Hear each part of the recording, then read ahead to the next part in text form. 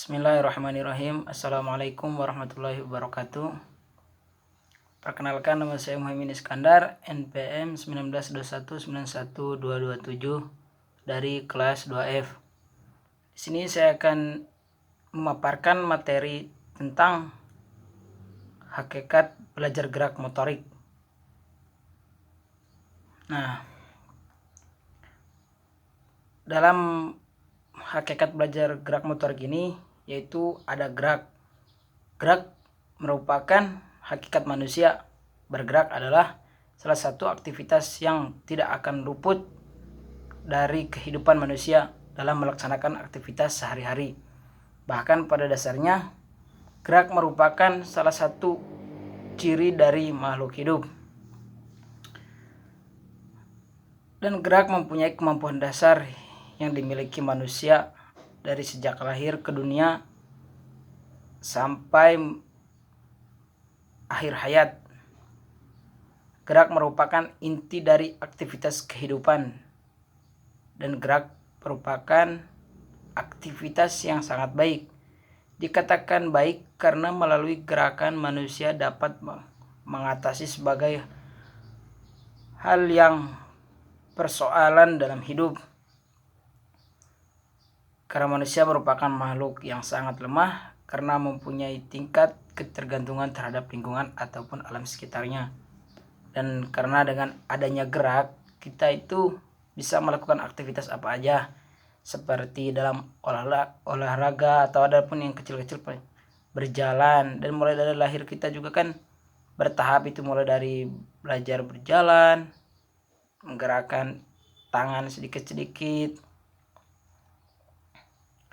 dan ada pengertian belajar gerak. Nah, untuk belajar gerak adalah hasil langsung dari latihan perilaku motorik berupa keterampilan dipahami sebagai hasil dari latihan dan pengalaman. Hal ini dipertegas depan perubahan yang menjadi seperti faktor kematangan dan pertumbuhan. Dan ada menurut para ahli, yaitu menurut Schmidt dalam kurung Amun tahun 2000.245 bahwa belajar gerak merupakan rangkaian proses yang berhubungan dengan latihan atau pengalaman yang mengarah pada terjadinya perubahan yang relatif permanen dalam kemampuan seseorang untuk menampilkan gerakan-gerakan yang terampil. Dari batasan di atas dapat ditarik 3 hal penting, yaitu belajar merupakan proses yang di dalamnya terjadi pemberian latihan atau pengalaman. Belajar ini langsung teramati perubahan yang terjadi permanen. Kemudian belajar gerak sendiri mempunyai 3 tahapan, yaitu ada tahapan verbal kognitif. Pada tahap ini tugasnya adalah memberikan pemahaman secara lengkap mengenai bentuk gerak baru kepada peserta didik, instruksi, demonstrasi, film klip, dan informasi verbal lainnya, secara khusus memberikan manfaat dalam tahapan ini. Dan ada juga tahapan motorik.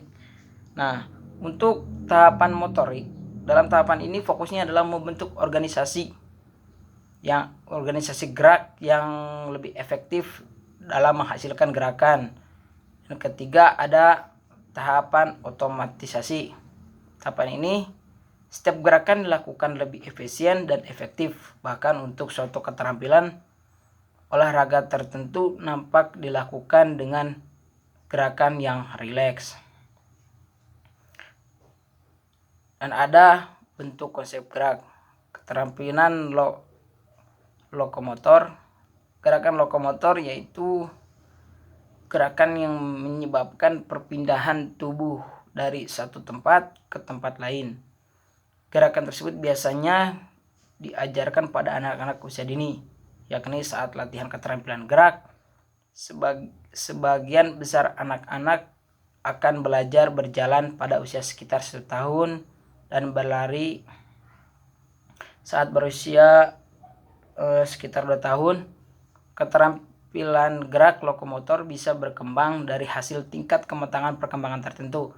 Namun latihan secara rutin dan pengalaman juga memiliki peran penting untuk mencapai kecakapan lokomotor. Misalnya contohnya ada yang pertama itu berjalan. Berjalan merupakan gerakan tubuh untuk memindahkan tubuh dari tempat yang satu menuju tempat yang lain. Nah, ada berlari. Berlari kan gerakan yang dilakukan seperti berjalan namun dengan tempo yang tercepat. Dan ada melompat. Melompat dilakukan dengan menolakkan badan ke atas dan kemudian mendarat menggunakan satu kaki. Dan ada menderap. Gerakan menderap ini sering juga disebut dengan mencongklang. Menderap yaitu aktivitas gerak jalan yang dipadukan dengan lompatan baik ke depan atau ke belakang dan dilakukan dengan menggunakan kedua kaki. Dan ada juga keterampilan non-lokomotor. Nah, untuk keterampilan lokomotor yaitu kemampuan melakukan gerakan anggota tubuh yang tidak menyebabkan seluruh tubuh berpindah tempat. Keterampilan non-lokomotor biasanya juga diajarkan sebagai keterampilan yang mendukung anak untuk melakukan berbagai aktivitas dalam posisi tubuh atau di tempat. Dan ada juga contoh dari non-lokomotor yaitu di mana satu mengulur atau menekuk. Nah, mengulur mempunyai pengertian berentangkan otot-otot di antara sendi-sendi sepanjang dan selurus mungkin, tujuannya untuk kelenturan gerakan. Dan 3 di sini ada keterampilan manipulatif. Gerakan manipulatif yaitu aktivitas yang dilakukan tubuh dengan bantuan alat. Keterampilan manipulatif dikategorikan atas 2 macam yaitu menerima dan mendorong. Contoh gerakan dari keterampilan manipulatif yang pertama ada memukul. Contoh, memukul kegiatan yang dilakukan dengan alat maupun tidak dengan alat. Biasanya anak kecil melakukan gerakan memukul menggunakan tangan dan juga alat yang disesuaikan. Yang ketiga ada yang kedua menendang. Yang pertama tadi memukul, yang kedua yang menendang.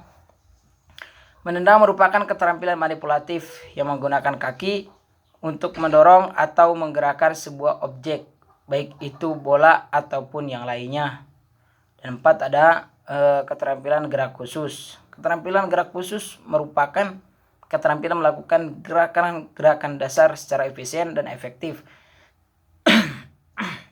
Sebelum sampai pada gerakan ini, maka telah berkali-kali gerakan dilakukan mengalami koreksi gerakan dan perbaikan gerakan sehingga gerakan menjadi dipahami. Dan ada ranah gerak. Nah, kata ranah gerak ini yang terjemahnya dari kata domain yang bisa diartikan bagian atau unsur. Gerak tubuh merupakan salah satu kemampuan manusia untuk melaksanakan hidupnya. Gerak tubuh manusia bisa diklasifikasikan menjadi beberapa macam. Ditinjau dari sistem otot, gerakan dapat dibagi menjadi 3 yaitu pertama ada fleksi. Nah, untuk fleksi yaitu gerakan kontraksi yang menyebabkan gerakan membengkok. Dan ada 2 itu ekstensi. Nah, ekstensi yaitu gerakan yang meluruskan atau membentangkan yang berlawanan dengan refleksi. Dan ada rotasi. Rotasi merupakan gerakan yang berputar pada suatu sumbu. Dan ada menurut Anita J. Harrow pada tahun 1972 membedakan gerakan tubuh manusia menjadi 6 klasifikasi, yaitu yang pertama ada gerakan refleks. Gerakan refleks di sini yaitu respon gerak atau aksi yang terjadi tanpa kemauan sadar yang ditimbulkan oleh satu stimulus, seperti ketika kita kayak terasa strum di sini nih, biasanya sering terjadi, saya juga pernah ngalamin. Dan itu juga kan gerakan refleks tanpa disadar kita melakukan sebuah gerakan cepat. Dan ada gerakan dasar fundamental. Kedua, gerakan dasar fundamental ini adalah gerakan dasar yang berkembangnya terjadi sejalan dengan pertumbuhan tubuh dan tingkat kemampuan pada anak. Tiga gerakan fundamental. Yang pertama ada gerak lokomotor berpindah dari satu tempat ke tempat lain. Yang kedua gerakan lokomotor gerak yang berporos pada sumbu persendian tubuh tertentu. Yang ketiga gerak manipulatif, gerak manipulasi atau memainkan objek tertentu menggunakan kaki dengan kaki, tangan atau tubuh lainnya. Dan yang ketiga ada kemampuan perseptual, kemampuan fisik. Untuk kemampuan fisik merupakan kemampuan memfungsikan sistem organ-organ tubuh dalam melakukan aktivitas gerak tubuh. Secara garis besar, kemampuan fisik dapat dibedakan menjadi 4 macam, yaitu ada ketahanan, kedua kekuatan, ketiga fleksibilitas, keempat kelincahan, dan yang kelima keterampilan. Gerak keterampilan mengikuti pola atau bentuk tertentu yang memerlukan koordinasi dan kontrol sebagian atau seluruh tubuh yang bisa dilakukan melalui proses belajar. Gerakan keterampilan dibedakan menjadi 3 macam. Yang pertama ada keterampilan adaptif sederhana. Keterampilan yang dihasilkan dari penyesuaian gerak dasar fundamental dengan situasi dan kondisi tertentu pada saat melakukan gerakan, misalkan berlari melewati semacam rintangan. Nah, yang kedua ada keterampilan adaptif terpadu, keterampilan yang dihasilkan perpaduan antara gerak dasar fundamental dengan penggunaan perlengkapan alat tertentu, misalnya memukul kok menggunakan raket. Dan yang ketiga ada keterampilan adaptif kompleks, keterampilan yang memerlukan penguasaan bentuk gerakan yang koordinasi tubuh yang kompleks, misalnya menyemes bola seperti bola voli. Dan untuk belajar gerak motorik ini sebenarnya banyak gitu aliran atau pendapat para ahli.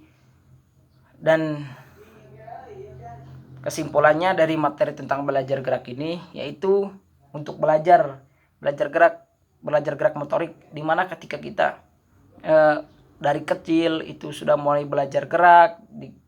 Tadi ada gerak dari tempat ini berpindah ke tempat ini, dan ada juga gerak lokomotor dan non lokomotor. Dan belajar gerak yaitu hasil langsung dari latihan perilaku motorik berupa keterampilan dipahami sebagai hasil dari latihan dan pengalaman. Hal ini dipertegas dengan perubahan yang terjadi seperti faktor kematangan dan pertumbuhan. Mungkin sekian yang bisa saya sampaikan. Wabillahi taufiq wal hidayah. Wassalamualaikum warahmatullahi wabarakatuh.